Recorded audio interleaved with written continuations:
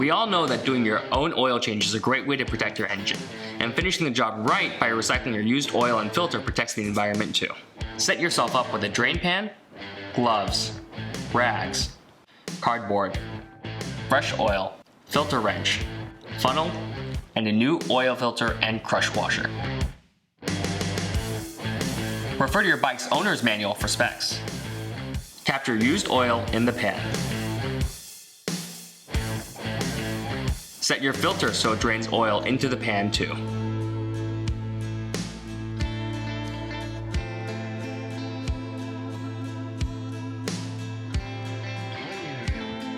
Recycle your used oil and filter. Finish the job right by taking your used oil and filter to our participating auto parts store or your local household hazardous waste drop-off site. In some cities, you can leave it at the curb with your weekly recycling pickup. Remember, your oil change is only complete after you recycle your oil and filter.